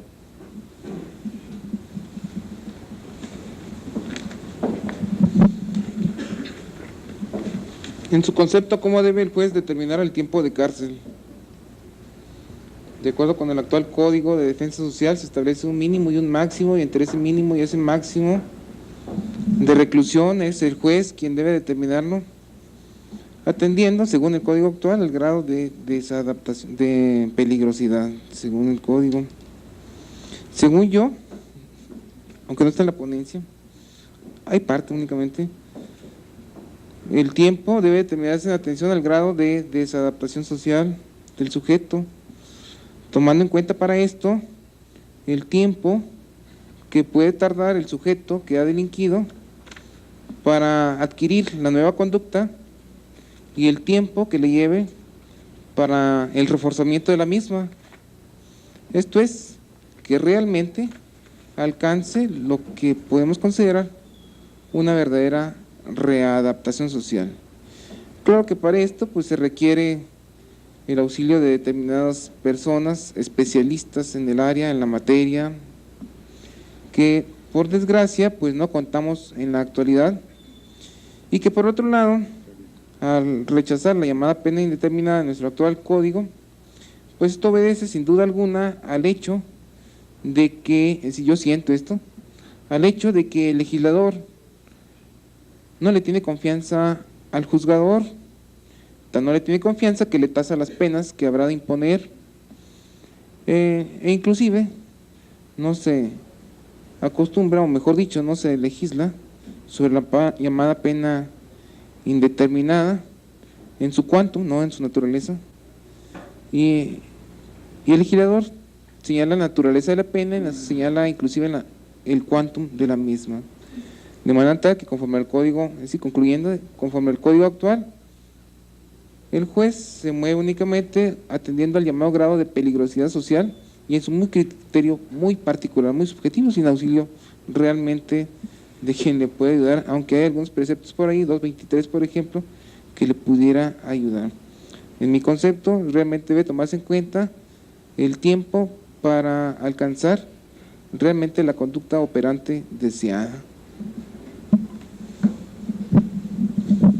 El licenciado Olivas Rico va a dar respuesta a otra pregunta. Por favor, licenciado Olivas.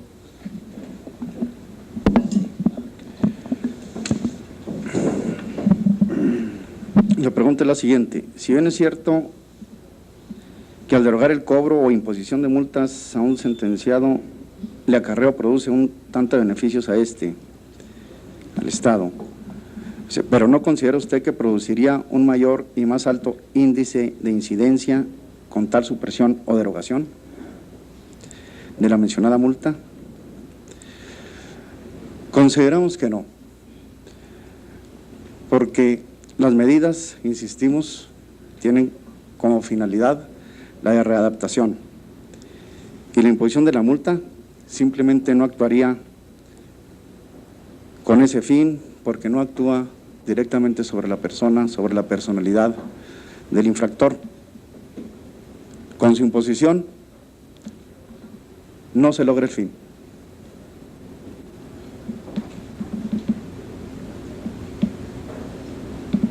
No puede haber mayor incidencia al no imponerse la multa. Pero como decíamos también, normalmente al lado de la sanción multa se encuentra la de reclusión, que es la que en todo caso se utilizaría como medio para que el Estado, utilizando el sistema adecuado, se logre el fin perseguido. Yo creo que con eso está contestada la pregunta. A continuación, el licenciado López Bustamante va a tratar de responder, más bien va a dar respuesta a dos o tres que van en el mismo sentido Entonces, quizás lo logre, puesto que unas de ellas son algo tendenciosas, ¿sí? Dice esta pregunta de Lorenzo Marín: ¿propondría usted a nuestros legisladores que a los directores de los centros penitenciarios se les dé facultades para dejar en libertad a los sentenciados que hayan reunido los requisitos para lograr su libertad, para que el sentenciado no espere más tiempo, ya que en la práctica se han dado casos de que reos que ya han cumplido su condena y tienen que esperar hasta meses para que de parte de la autoridad competente llegue la orden de libertad, mandando antes los directores solicitar ante la autoridad competente los informes necesarios de los requisitos del sentenciado para que goce de su libertad, sea preparatoria, preliberación y, en su caso, la libertad por sentencia cumplida? Yo creo que el fondo de la pregunta está criticando la llamada o el llamado burocratismo que padecemos. Yo no propondría que se le dieran al director de los centros de readaptación o de los reclusorios facultades para proceder a otorgar la libertad, bien sea por preliberación, por libertad preparatoria o por remisión parcial de la pena, no. Pero sí me alcanzaría la idea de proponer que a los consejos técnicos interdisciplinarios que he propuesto se integren en todos los reclusorios, sí se les dieran esas facultades. Porque el centralismo, tanto a nivel federal como a nivel estatal, sí a veces prolonga más allá, violando garantías individuales, la libertad del recluso. Cuando se trata de sentencia cumplida, que es lo último que pregunta la cuestionante, ahí sí el director tiene facultades, porque si no lo hiciera violaría la Constitución, para dejar en libertad a un interno, repito, que ha cumplido su sentencia. Y otra pregunta que nos hacen acerca de qué opino de la sala de torturas denominada El Hoyo. En el Centro de Readaptación Social no existe hoyo. Los internos de Ciudad Juárez siguen llamándole hoyo a una sección que existe en todos los centros de readaptación que hay en el país, que se llama de máxima seguridad. Pero esa sección de máxima seguridad son celdas idénticas, exactamente idénticas a las celdas en donde viven los internos. La única diferencia es el aislamiento. Idénticas en cuanto a su composición, en cuanto a su construcción y en cuanto a que tienen agua caliente, baño completo, de manera que solo están aislados. Sin embargo, ellos siguen llamándole El Hoyo por tradición, pero tenemos que acabar con ese concepto viejo y equivocado.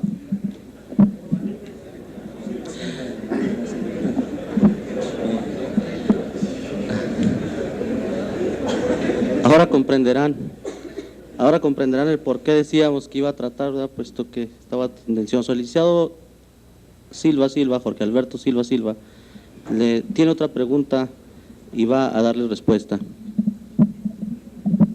El derecho penal termina cuando el juez sentencia. No, realmente no. El hecho de que el juez dicte una sentencia no significa que ahí concluya el derecho penal. Tal vez es ahí donde se inicie el derecho penal. Cuando el juez sentencia, únicamente individualiza la norma general al caso concreto, y si hay alguna parte importante dentro del sujeto aquel sentenciado, es precisamente la ejecución de la sanción, y no es tan importante el aspecto procesal, aunque esto tratan de destacarlo algunos litigantes, y lo tratan de destacar porque es la parte en donde actúan.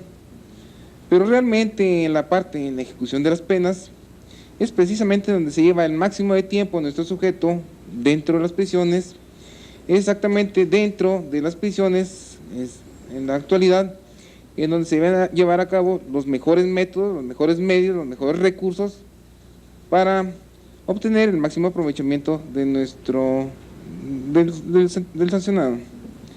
Creo que sobre el particular puede abundar de mejor manera, pues ni más ni menos que el señor licenciado Antonio Sánchez Galindo, que es experto en esta materia.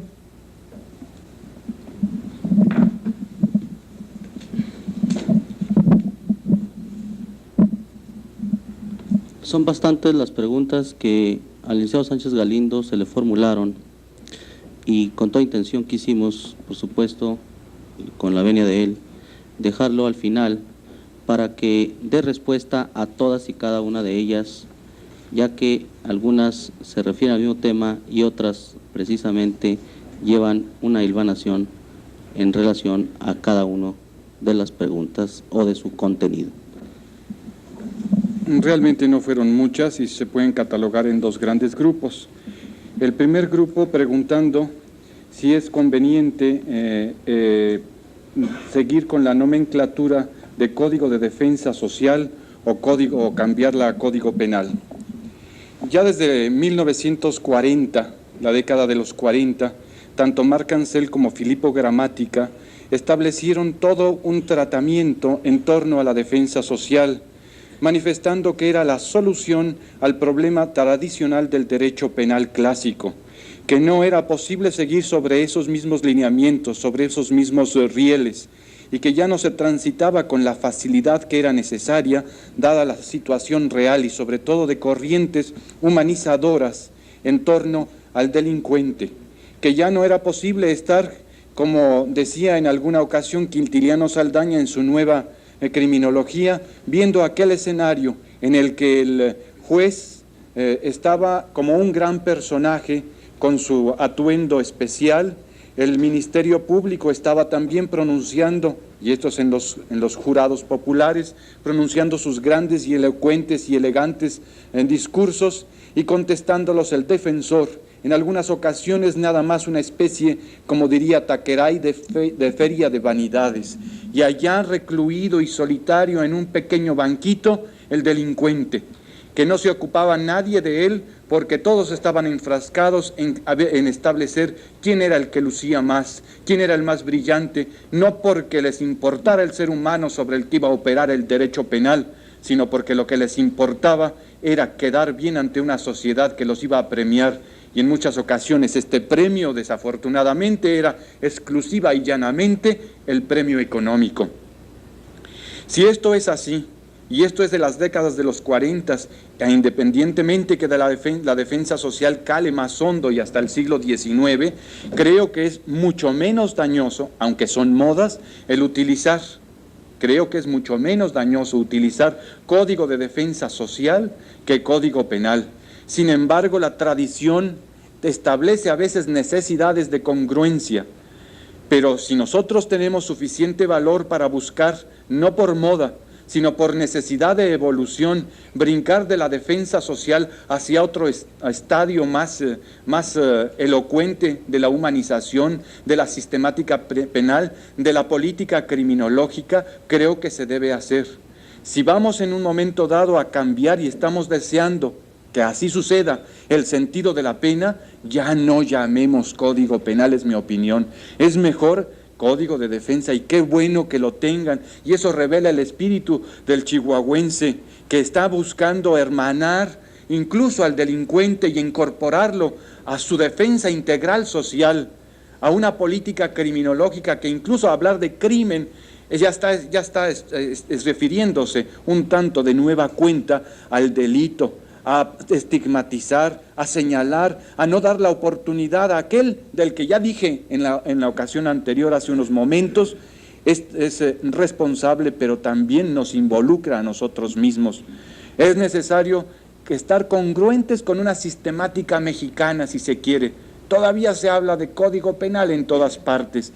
No podemos brincar los patrones culturales del pasado que se nos aferran. Son grilletes que se nos atan en los pies y que a los mejores nadadores, incluso del derecho, los hunden, los llevan hasta el fondo del mar y los ahogan.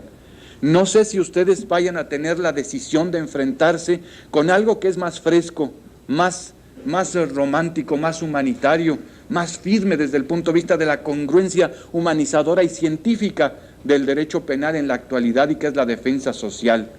Es un adelanto en el que ustedes van a plantear, aun cuando adelanten en toda la esencia de su nuevo cuerpo de leyes, es un adelanto que va a volver a ser un retraso.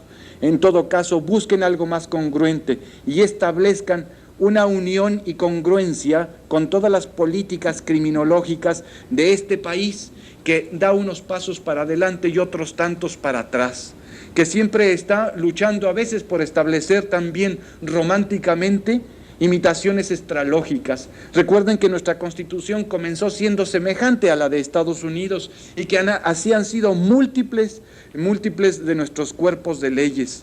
Entonces, ustedes hicieron una conquista que quizá desde el punto de vista de esencia, por lo menos formalmente y de nombre, la hicieron, pero que quizá desde el punto de vista de esencia marque todas las necesidades de hacer un nuevo instituto penal, pero que ese instituto penal tenga más frescura, más innovación. Y si van a seguir adelante, y ya establecieron la pica en Flandes y fue un código de defensa social que es mucho mejor desde todo punto de vista, busquen la nueva nomenclatura. Yo pienso que sería, y es mi particular opinión, a pesar de que la defensa social está siendo criticada y pasada de moda, es mucho más humano, más científico hablar de código de defensa social, que es más completo, más integral que código penal. Se puede buscar código de prevención y readaptación, yo no sé, una serie de cosas, o seguir con la defensa social que atienda a readaptación y a prevención.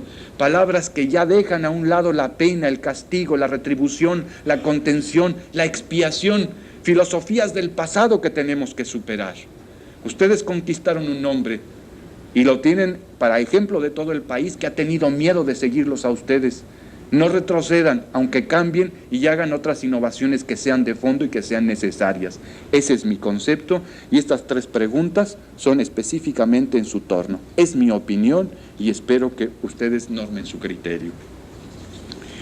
En la siguiente pregunta dice, lo que usted propone de que se especializará desde los jueces, agentes, Ministerio Público, personal de prisiones, me parece perfecto y por ello, ¿qué propone usted de inmediato para empezar una larga tarea de especialización, conociendo de antemano que nuestro Estado carece de medios económicos, toda vez que nuestros impuestos están trabajando?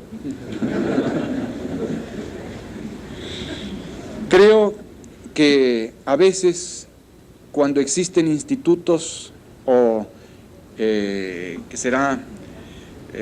universidades como la de ustedes, pujante, naciente, nueva, llena de frescura, que no tiene las contaminaciones y guárdenla así fresca, como decía el poeta zacatecano López Velarde, consérvense fiel a su imagen, a su ideal, a su pureza, a su defensa de los valores del norte, que tienen que detener a los valores del otro que está más al norte y que no son los de nuestra historia y que por eso ustedes son los más mexicanos de los mexicanos porque se autoafirman todos los días, se tienen que confrontar con otra cultura que no es la nuestra y defenderse y decir tenemos derecho a ser también nosotros una cultura distinta, un ser distinto, fiel a nuestra historia, a nuestro ideal, a nuestra integridad.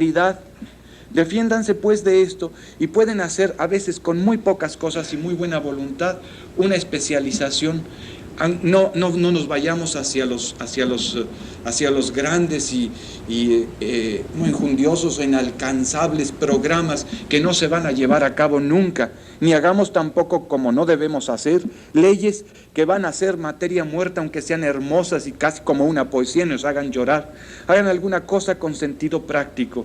Yo estoy en la mejor disposición de enviarle algunos programas que pueden llevar a la práctica y que sean incluso optativos si se quieren, pero que se les exija a todo aquel que entre al Ministerio Público, a las instituciones penales y a la judicatura, al ámbito al ámbito judicial, que se les haga conciencia de que no es solamente ser codigueros, no es solamente ser practicantes de receta, aunque sean muy buenos y brillantes, sino penetrar en la realidad del hombre, que es la que van a tener en sus manos, su realidad biológica, su realidad psicológica, su realidad social, su realidad cultural, que es, en último de los casos, y también en la última de las instancias, lo que los llevó a delinquir definitivamente. Entonces se necesita que la Academia de Ciencias Penales, Instituto de Ciencias Penales y esta universidad fresca, joven, en su 7º y cabalístico año, rompa eso, la inercia del pasado, no piense en grandes estructuras para que empleen mucho tiempo y dinero o recursos que no se tienen, pero que haga algo práctico, que refuerce y le ponga el ejemplo a la República. Esa es mi opinión. Esta última pregunta dice, en México se habla mucho y se propone aún más. Bueno, pues ya me dieron en la torre. La mayoría de los funcionarios del gobierno, gente mayor, propone a la juventud que acabe con la demagogia, con la corrupción, etcétera, etcétera, en un futuro. ¿Por qué ustedes, los funcionarios, además de proponer, no actúan? En las cárceles o centros de rehabilitación, las personas más peligrosas resultan la mayoría de las veces mejores que los que vigilan o están encargados de vigilar. ¿No cree usted que debiera actuar ya? Creo que uno de los elementos básicos y fundamentales de todo el ámbito, de todo ese mundo herido y doloroso que es la ejecución penal, que como decía Constancio Bernaldo de Quirós, es el remate, la culminación de esa columna en donde está cimentada la justicia y que es el derecho de ejecución penal. Está en el fuste el derecho sustantivo, está en la columna, está en la base el derecho sustantivo, está en la columna el derecho adjetivo procedimental y lo culmina a veces como una columna corintia llena de acantos labrados, la columna del derecho de ejecución penal.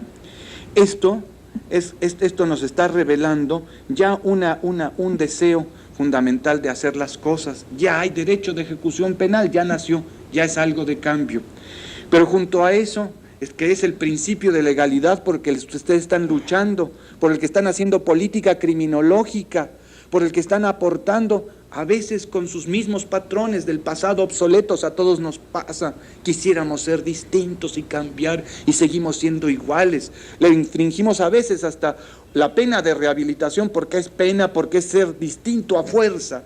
Y esto tiene que ser por eso sutil, científico y humano, a personas que tienen a veces menos defectos que nosotros los carceleros o los penitenciaristas, que muy orgullosamente nos plantamos ahora como los descubridores del mundo.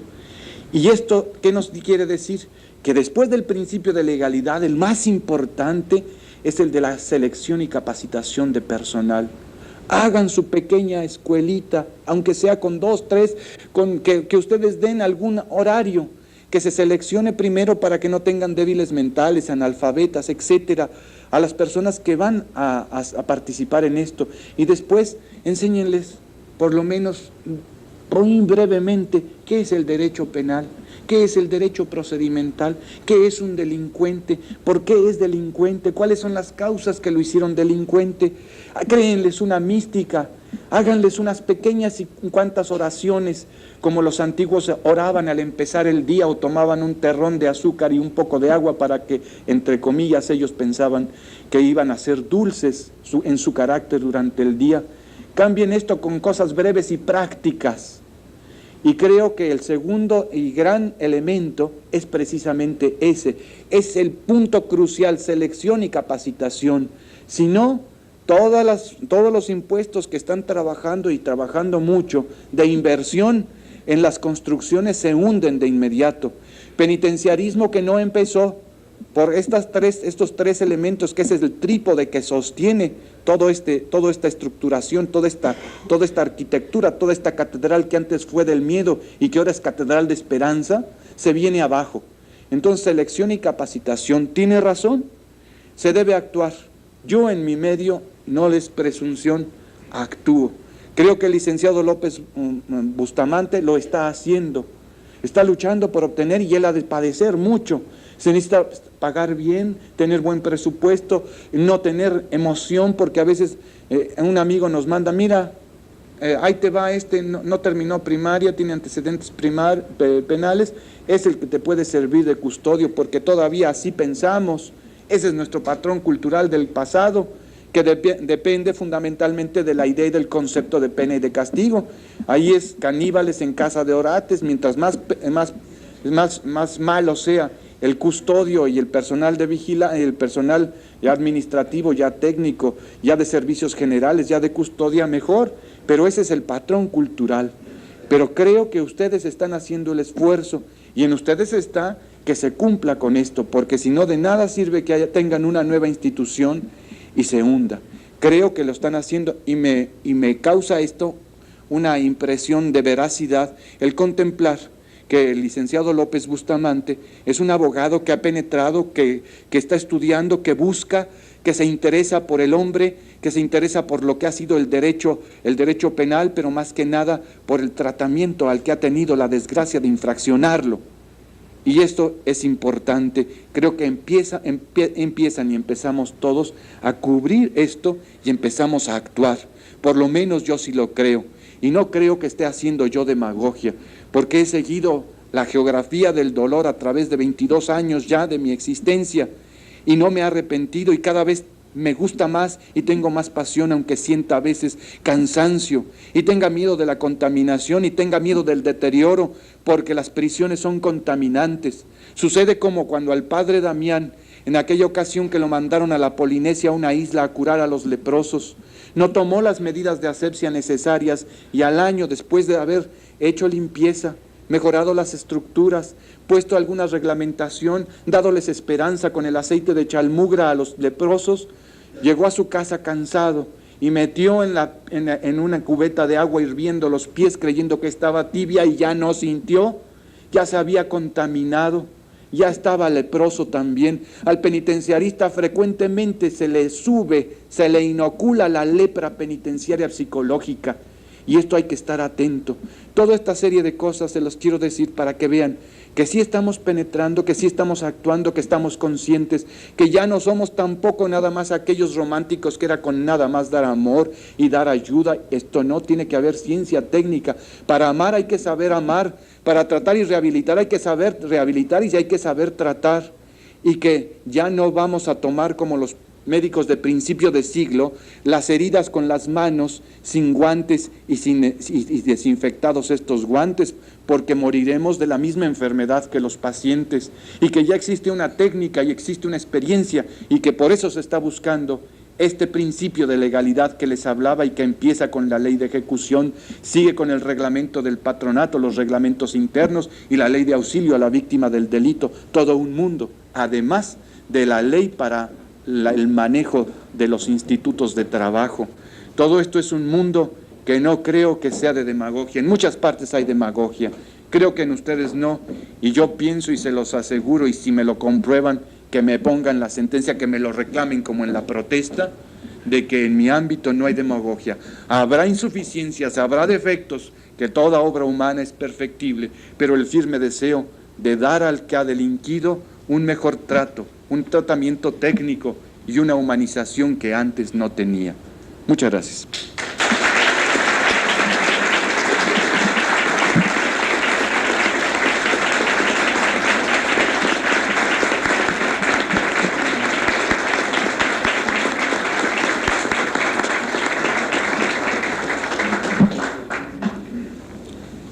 Con estas brillantes palabras del licenciado Antonio Sánchez Galindo, damos por terminado el foro, el tercer módulo del foro del Código Penal.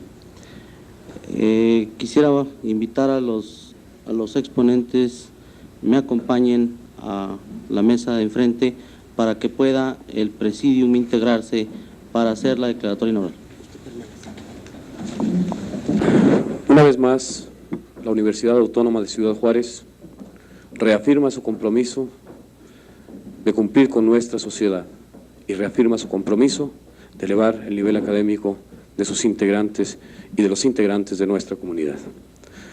Vamos a proceder a la clausura oficial de este foro, pero repetimos clausura oficial y esperamos que las opiniones, que los criterios vertidos en el mismo sigan virtiéndose en las aulas y sigan virtiéndose en los centros de readaptación, en los juzgados y sigan virtiéndose en la sociedad de nuestro Estado. Voy a permitirme presentar al presidium que nos acompaña. El señor licenciado Luis Alfonso Rivera Soto, Procurador General de Justicia en el Estado de Chihuahua.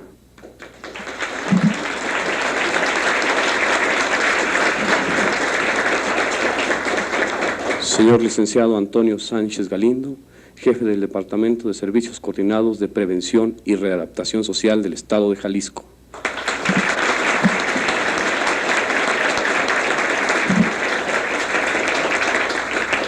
El señor licenciado Enrique Villarreal Macías, Rector de la Universidad Autónoma de Ciudad Juárez.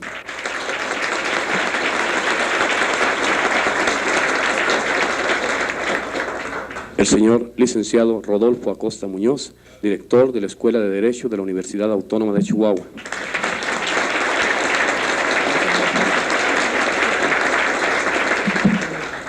El señor licenciado Elfego Bencomo, director de la Escuela de Derecho de la Universidad Autónoma de Ciudad Juárez.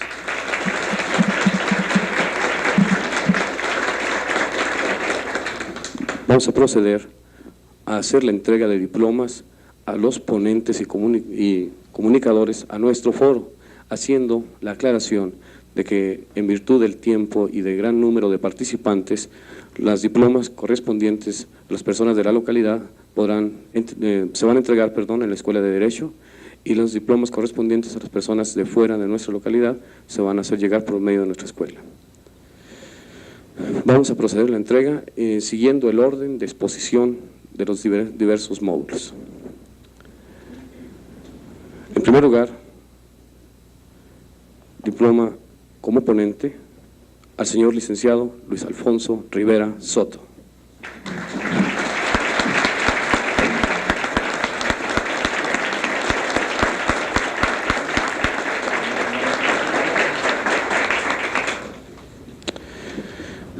Señor licenciado Roberto Vargas Luna.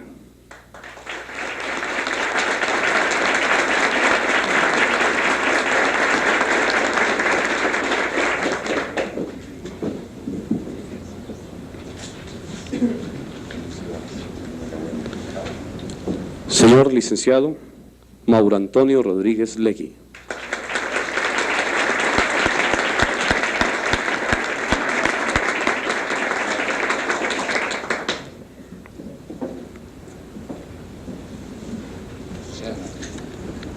Señor licenciado Jorge López Molinar.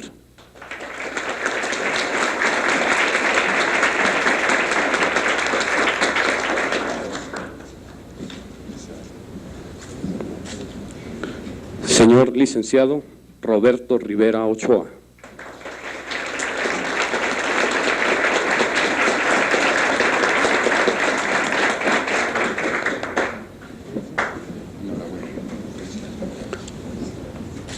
Señor licenciado Elfego Bencomo López.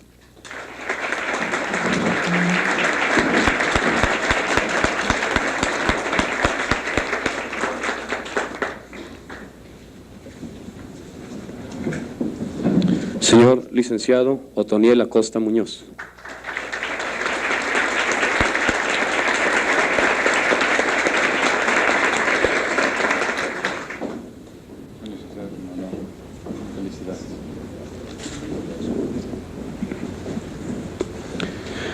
Antes de pasar a la entrega de los diplomas del tercer módulo, vamos a hacer entrega de las diplomas correspondientes a las personas que enviaron comunicaciones a este foro. Señor licenciado José Gutiérrez.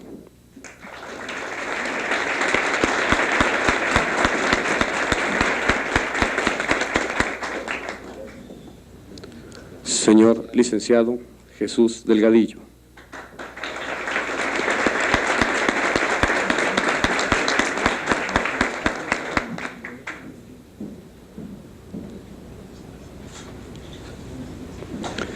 Señor licenciado Francisco Javier Silva.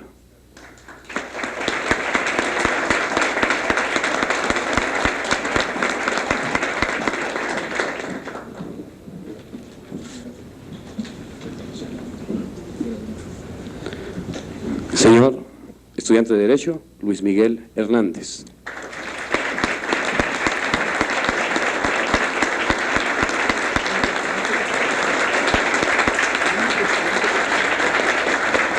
Cabe hacer la aclaración que es el único estudiante que participó como comunicante en este foro.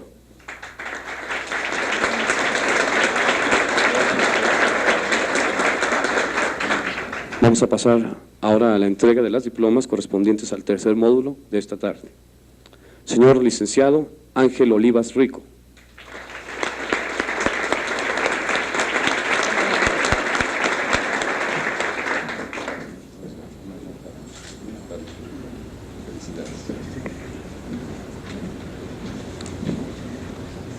Señor licenciado Antonio López Bustamante.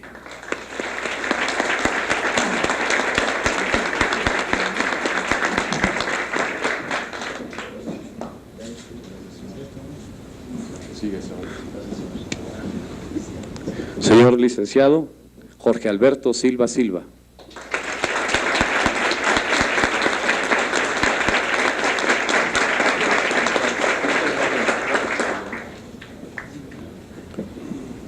Señor licenciado Antonio Sánchez Galindo.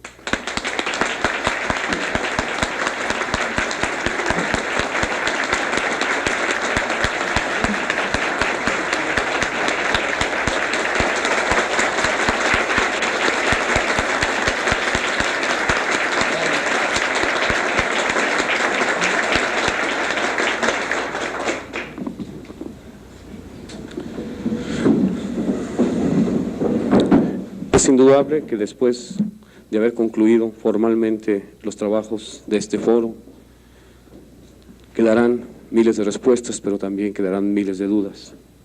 Pero también estamos seguros que la Universidad Autónoma de Ciudad Juárez ha aportado un pequeño grano de arena a la formación profesional y sobre todo al servicio social a nuestra comunidad. A continuación, el señor licenciado Luis Alfonso Rivera Soto, Procurador General de Justicia en el Estado, hará uso de la palabra ante ustedes.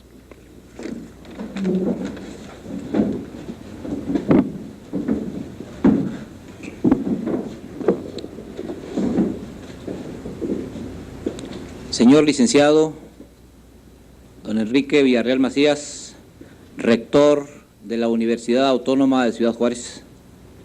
Señor licenciado y maestro don Antonio Sánchez Galindo, que nos honra con su presencia en este foro de actualización. Queridos maestros, compañeros, estudiantes, amigos todos, el día de ayer, con profunda satisfacción, mencionaba que este foro traería para todos nosotros una serie de modificaciones y de aportaciones que nos llevarían a feliz puerto al terminar dentro de esta tribuna las exposiciones tan brillantes que cada uno de los maestros llevaron a efecto. Sin embargo, asombrado estoy de cómo se fueron desgranando cada una de las ponencias y ha llegado el momento de valorar que la Universidad Autónoma de Ciudad Juárez, siempre pujante, siempre vigorosa, ha encendido con valentía la tea que nos llevará definitivamente a reestructurar nuestra legislación penal con resultados altamente positivos para la comunidad chihuahuense. La presencia del señor doctor don Pedro David, vicerrector de la Universidad John F. Kennedy de la República Hermana de Argentina, la presencia del señor licenciado don Antonio Sánchez Galindo y la presencia de un maestro para mí muy querido y al cual le debo gran parte de mi formación profesional, que es el señor licenciado Mauro Antonio Rodríguez, han dado realce y pres a este evento. Qué importante es que ustedes todos, maestros y funcionarios, estudiantes y quizás aficionados o curiosos, hayan estado en este foro de actualización para nuestra legislación penal. Muchos serán los frutos que obtendremos, muchas serán las instituciones que adecuaremos, mucho será la cosecha que tarde o temprano vendrá a beneficiar al campo de la cultura jurídica de Chihuahua y de México. Por todo ello, a la Universidad Autónoma de Ciudad Juárez, presidida dignamente por el señor rector, licenciado Enrique Villarreal Macías, le expreso a nombre del Gobierno del Estado y personalmente a nombre de la Procuraduría General de Justicia de la entidad, mi más profundo agradecimiento. Que esto sea la simiente para que se multiplique esta tribuna, para que los ponentes puedan con la libertad como lo hicieron, dar rienda suelta a sus inquietudes y a sus opiniones. Esa será la única forma en que Chihuahua tendrá la legislación que merece, una legislación realista, una legislación humanista, una legislación que readapte, una legislación que venga a beneficiar a todos los que con más entusiasmo que conocimientos, quizás como yo, hemos querido aportar algo de lo que hemos vivido o de lo que hemos estudiado. Señores, muchas gracias por su atención y ojalá que Chihuahua pueda en un momento determinado con esta nueva legislación estar definitivamente como puntal en la legislación penal de toda la República Mexicana. Muchas gracias.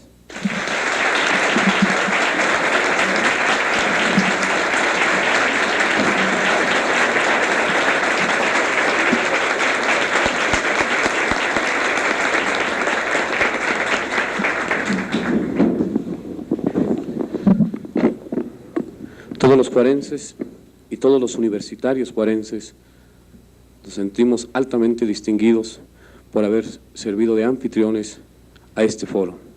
Pero también es indudable que toda la expresión de estos sentimientos de los universitarios debe de ser palpada en voz de la persona del señor rector, licenciado Enrique Villarreal Macías.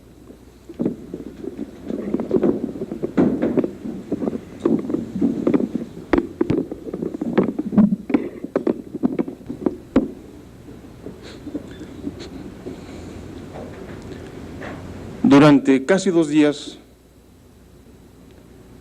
hemos participado en forma conjunta, escuchando las doctas palabras que los ponentes, que los asistentes, que los maestros, que los alumnos han expresado en forma directa o indirecta en este foro. Casi 2 días de intercambio permanente de conocimientos científicos sobre el derecho penal.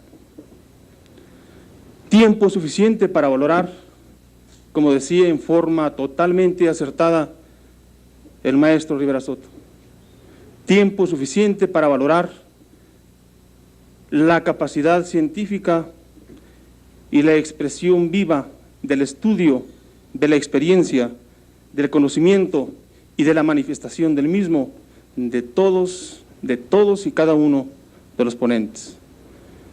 Esto es lo que Ciudad Juárez, esto es lo que la Universidad Autónoma de Ciudad Juárez, esto es lo que Chihuahua, esto es lo que México desea realizar a través de las personas que se reúnen como nosotros a intercambiar impresiones para mejorar las condiciones bajo las cuales vivimos en una sociedad concretamente considerada como la mexicana.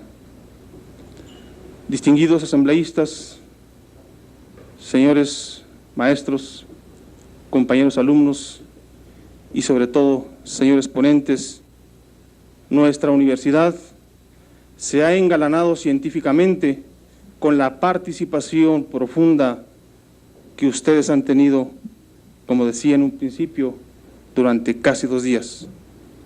Esperamos que los resultados tan positivos que se han obtenido durante este intercambio de impresiones sea no el inicio, sino la continuación de la marcha ascendente que han tenido nuestras autoridades estatales, fundamentalmente nuestra Procuraduría General del Estado, la cual el maestro Rivera le ha podido imprimir una calidad muy especial en cuanto a trabajo, en cuanto a capacidad, en cuanto a interés.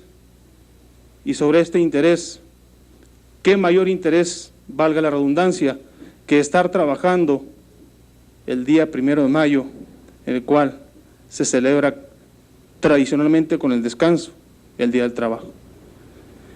Nuestras autoridades están trabajando en el día que se celebra el Día del Trabajo. Esto nos demuestra fehacientemente que lo que se está haciendo en Chihuahua se está haciendo con mucho trabajo, con mucha capacidad, con mucho interés. Y por ello es que quisiera suplicar a la concurrencia, sean tan amables en ponerse de pie para hacer la declaratoria formal de terminación de este foro.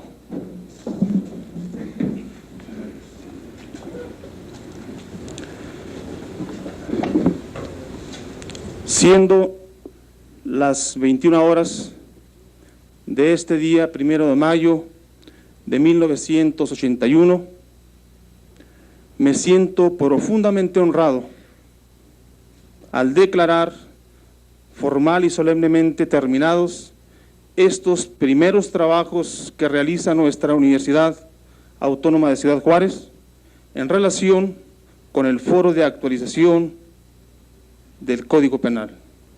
Agradece la presencia de ustedes y los invita a continuar trabajando en beneficio de nuestra legislación. Muchas gracias.